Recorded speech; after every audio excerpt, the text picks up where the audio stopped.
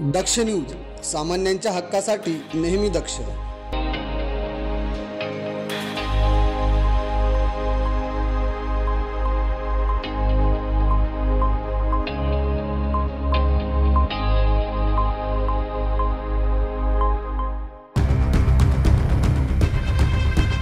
Instagram या social media अकाउंटवरून Soham Pawar नामक व्यक्तीने आदिवासी समाजाला जातीवाचक शिवीगाळ केल्याप्रकरणी या विरोधात दिंडोरी पोलिसांना सकल आदिवासी समाज बांधवांकडून निवेदन देण्यात आले आहे। इंस्टाग्रामवरील एका अकाउंटवर आदिवासी समाजाला शिवीगाळ केल्यामुळे सकल आदिवासी समाज बांधवांच्या भावना दुखावल्यामुळे समाजात तणाव निर्माण होऊ शकतो। त्यामुळे संबंधित व्यक्तीवर अनुसूचित जाती जमाती अत्याचार प्रतिबंधक कायद्यान्वये गुन्हा दाखल करण्याची मागणी या निवेदनाद्वारे दिंडोरी पोलीस ठाण्याचे पोलीस निरीक्षक रघुनाथ शेगर यांच्याकडे करण्यात आली आहे। सदर 8-15 दिवसापासून सोहम पवार व इतर धनगर असेल बंजारा समाज असेल यांच्यामधले व्यक्ती जे आदिवासी समाजाच्या आरक्षणामध्ये घुसखोरी करू पाहत आहे, तरी ही घुसखोरी करत असताना त्यांनी इंस्टाग्राम या सोशल मीडियाच्या माध्यमातून आदिवासी समाजासाठी जे अपशब्द वापरले जातात त्या संदर्भात दिंडोरी तालुक्यातील सर्व संघटना, सर्व पदाधिकारी, सर्व समाज बांधव आज दिंडोरी पोलीस स्टेशन येथे निवेदन दिलं।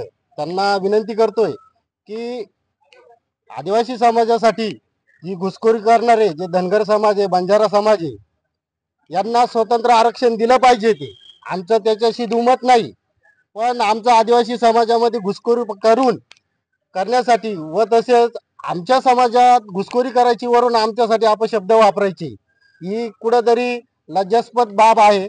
तरी आमच्या समाजाला पण कुठेतरी बोलता येतं, पण आम्ही प्रत्येकाची मान मर्यादा ठेवतो। आम्ही पण प्रत्येक बांधव असतील यांचा आदराने मान सन्मान करतो, सर्व समाज एकत्र राहतो, पण कुठेतरी आम्हाला डिवचण्याचा प्रयत्न करू नका। आम्ही पण जशाला तसे उत्तर देऊ शकतो, पण कुठेतरी आम्हाला पण वाटतं सर्व समाजामध्ये सलोखा राहायला पाहिजे। कुठेतरी सगळा समाज आज एकनिष्ठ राहतोय आणि एकनिष्ठ असताना सुद्धा तुम्ही जर असं आदिवासी समाजाला डिवचलत असाल तर आम्ही इथून पुढे जशाला तसं उत्तर दिल्याशिवाय राहणार नाही।